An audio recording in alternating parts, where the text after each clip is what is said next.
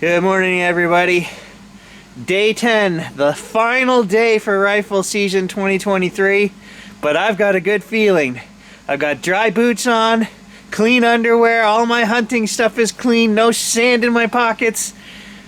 I'm breaking all the rules today because you guys know I never wash my stuff during hunting season, so since we had to do that, I figured might as well go the whole 9 yards, brushed my teeth, put on some deodorant. We're gonna try something different today.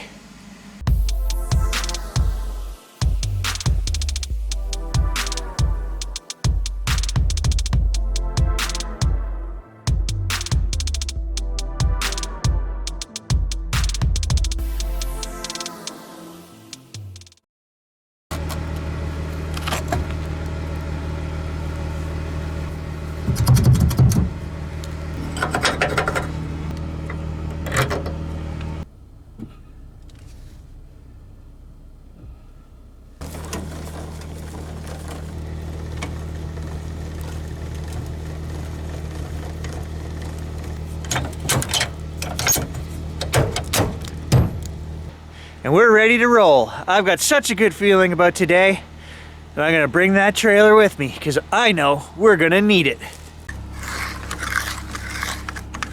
Yeah, I figured we're gonna need it today. Alrighty. This is it. Final chance to spray some lead. Any last words? God have mercy on their souls today. It's pepperoni season.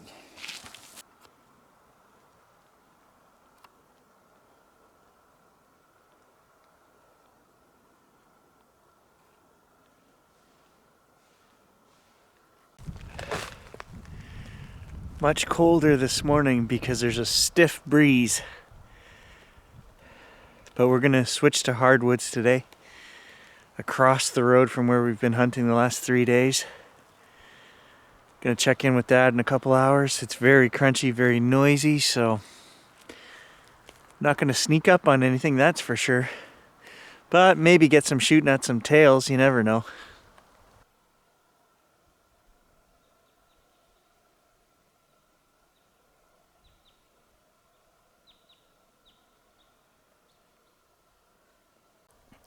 Lots of ground scrapings here because it's all oak.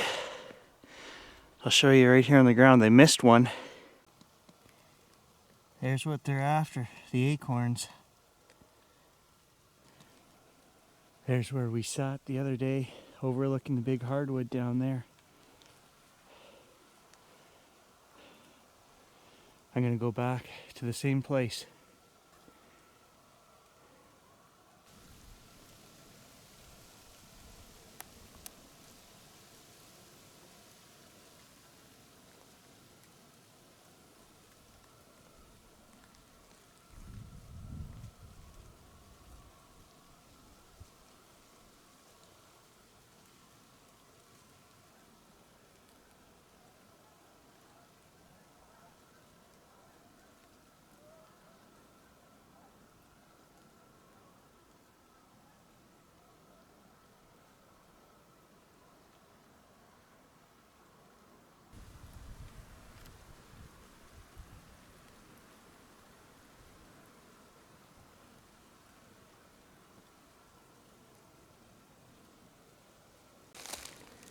Well, the sun has made a brief appearance, but it's not any warmer.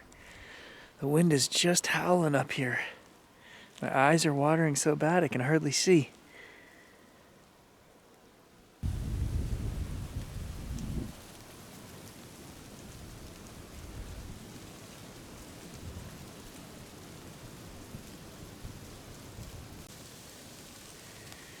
Well, I didn't see any new sign on the way in here to this hill.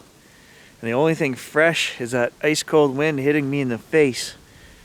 So I'm gonna take a roundabout tour back down to the truck. I'll radio Dad. And we're gonna switch back to the other side of the road, which had all kinds of new tracks down in there. It's a little lower territory. That's where we've been the last 3 days. I don't know why we haven't seen a deer down there yet. Well, Great minds must think alike. I knew there was a little shelter over there that guys had built, ground blind. I was like, I'm gonna go get in that for an hour out of the wind. I stroll up and look who's sitting in my spot. No, I haven't seen anything fresh, you. Nothing. You see another green shack like this over there? No, I never noticed. There's a smaller one. I didn't see this one before.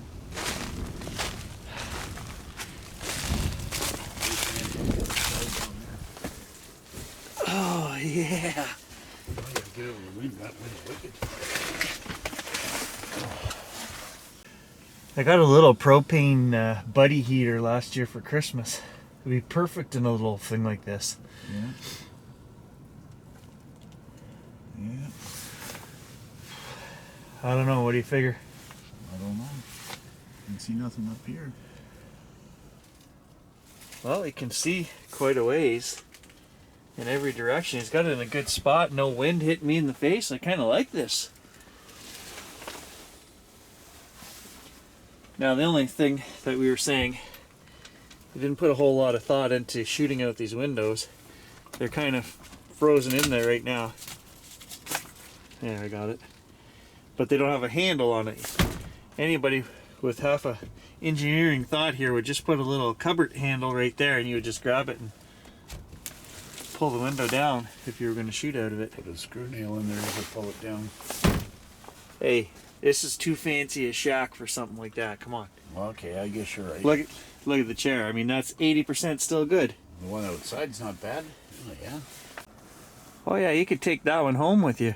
Well, I was thinking about that. Carry it through the hardwood and sit on it a few places. It's got rolly wheels on it. You could just roll right down that cliff over there. Yeah, freezes up a little more, but you know, I could probably sit on it and just roll right down just watching. Yeah. I was thinking about that hunt from 2 years ago where you guys dropped me off, and I literally sat there for 8 minutes, and the 8-point buck just walked down the trail in front of me, and I thought, boy, it'd be nice if that could happen. And I thought, how many times has that happened to me? In 32 years of hunting, that's happened to me twice. That day there, and the other time I went to your house and you guys were having hot toddies in the afternoon, and I said, hey, there's a deer by the bird feeder. And the next morning I went out and shot him 75 yards behind the house. Another 8-point buck. You ever had a nice, short, quick one like that? Yep. Got out of the truck and walked up the hill. And behind each tree where they cut. Said, oh, I don't like this in through here. And I said, oh, I used to go to those hemlocks up there. I feel it. Stopped behind every tree and I looked and down walked that doe. Oh, the day I was with you. Yeah, Grant was there too. He rode the bike up to get that deer off the hill. Yeah, you're right. I did say I don't feel it. It's not a good spot. And then 5 minutes later, Dad shoots a deer. Yeah, walking right down. She didn't even look at me. She's, well, I didn't even know it was a skid trail coming down there because I was over farther looking at it.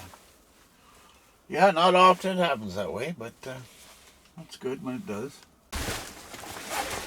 All right, we shot here for an hour. Nothing moving, so time to head out.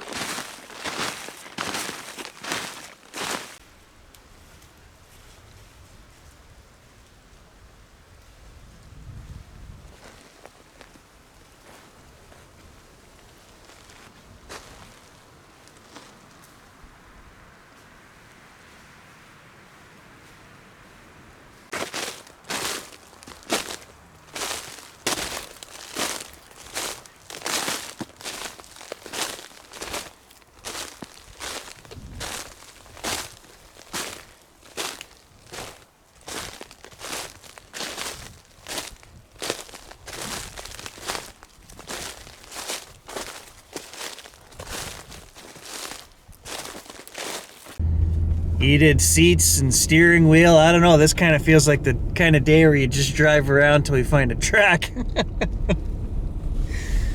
Sadly, it being the last day, I don't want to do that, but oh, it's so windy and cold out there. What do you figure? I don't know what to figure. There's not a lot of deer yet. There's a few back there, but maybe not as many as we think. Last year we were the last demons in the bush, and we know it. We were driving around, there wasn't another vehicle left. We wouldn't quit. We were diehards until we saw that one deer that crossed the road. We didn't get him. I know, and just for all the people that are watching that are saying, oh, these guys are a joke, they don't know how to hunt. How many years in a row did we get at least one deer? Oh, forever. 20-some years in a row. Yeah. So two, three. Yeah, I mean, that's a minimum of one deer. So the last 3 years, something has changed in our area, and the deer are not here like they used to be, like they were forever. Yeah, lots of moose now. Yeah, there's more moose now than there was for a long time. But they won't give you a tag, so. No, can't get a tag to hunt one, but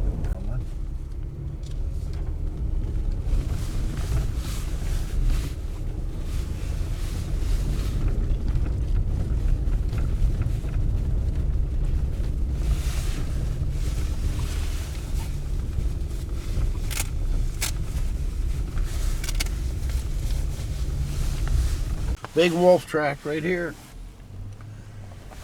Big Globo. yep, wolf again. All right, pit stop. We're gonna grab one of my old tree stands here. The tree's falling down. We're gonna move it back over to behind Dad's place.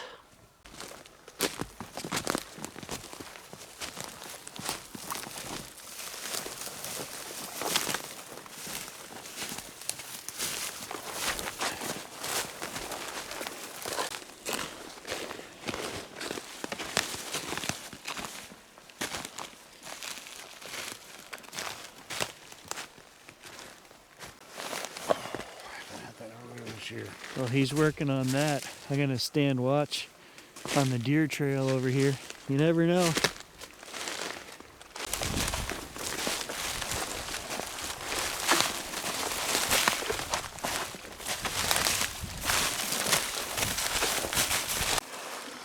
So we've got enough scraps from those guys building Dad's new place over there. We've saved everything from some tin to supports, 2x4s, plywood, that we're going to build him some kind of stand so that he can just go up on the trails that we cut behind his place. And maybe we'll do some bow hunting up there. We've got one more month of bow season that we can still get out. I offered to build him a new seat, but he said this one's already built, so he'd rather lug this out of the bush.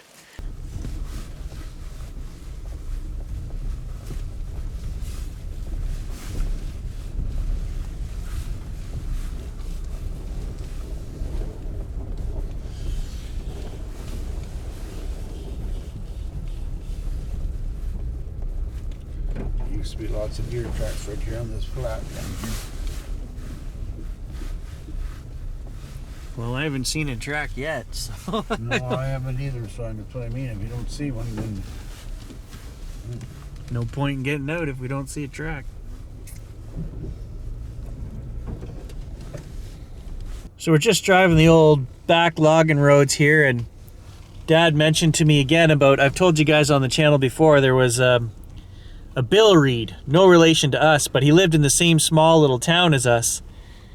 And kind of like a missing 411 case, he took his fishing rod, went off to the woods, and just disappeared, and they never found him. They found his truck, did all the search and everything, but never did find him. And then Dad was just telling me an interesting story that I'd never heard before. Go ahead and tell everybody what you just told me. Well, I was told by my aunt that would have been Bill Reed's father, that his name was George Kingsley Reed, that he was up and gone for years, but apparently she said that back in the days when there was an able-bodied man in a homestead, you couldn't get any benefits from anybody, and there was a big family of them, so that he left and he went off. The next thing, I worked with a guy, and he asked me who this picture was of George Kingsley Reed. I said, I never met the man, but I heard a story on him that he came from it said Songus Road, Redbridge, Ontario. And it was in Gas Bay, and he was with another guy standing by an artillery gun. Right, but the point is, not only did Bill Reed disappear, but his dad, before him, disappeared. Exactly. And I said, aliens got him. That's the point. No? Oh, I don't know about that. George Kingsley probably was a... Don't you normalize my story here. This is a... Plain and simple, this is a UFO tragedy is what this that is. Could well be. Nothing surprises me. I've seen enough in my lifetime to realize there's all kinds of stuff that you can't explain because we don't know how it goes down. Well, I guess that's it, guys. We've been in the bush twice today. We drove around, not a track anywhere to be had. It's a sad end to rifle season 2023. Well, that it is, but we're going to have to let them come back, I guess. I don't know. There was lots of sign over on this road, but... Hey, we don't tell them where. It's in west of Bracebridge. That's where I was in the first 2 days. That's Blackwater Road. Oh, okay, Blackwater. We never use a real road name. Come on. Are you new to this channel or what? I guess so. All right, that's it, guys. You might see us out bow hunting, but that's it for rifle season. Thanks for watching. We'll catch you in the next adventure. Good afternoon. Hey guys, I know some of you are saying, Gary, the Christmas tree, God, it's only the end of November. But you know what? Gage and I were bored today, so he just finished putting the star up there. I started dinner while he was finishing that. Come on, buddy. So tonight, I struggle to find things to keep myself busy after hunting season, right? So we've got a black bean and pepper medley to go over rice, some fresh baked cookies. Gage may have eaten the two that are missing there. Top it off with a bit of veggies and cilantro and chipotle. Guac is optional, guys. I'm not into that. You know, cooking and cutting stuff up. I think maybe we should do a holiday cooking of something. I say holiday, but you know, anytime in the next couple of weeks here, I've got time. Deer season's over. Let me know. Do you guys want to cook with Gary and Gage? I don't trust him with the stove. He left it on last time. Hey, come here, buddy.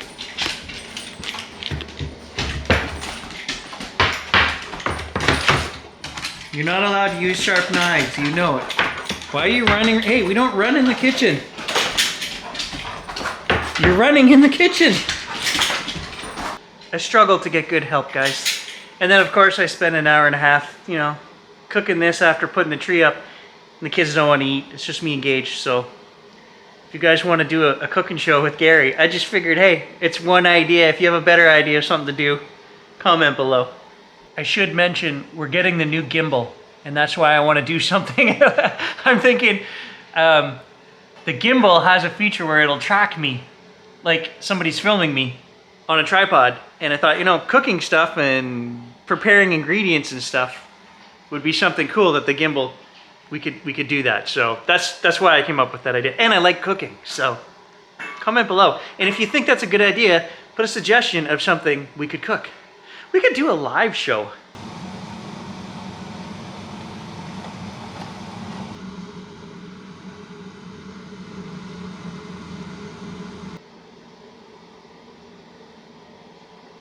Apparently I made sticky rice without even trying. But that's okay. It smells great. If you like cilantro. Sorry, Tom.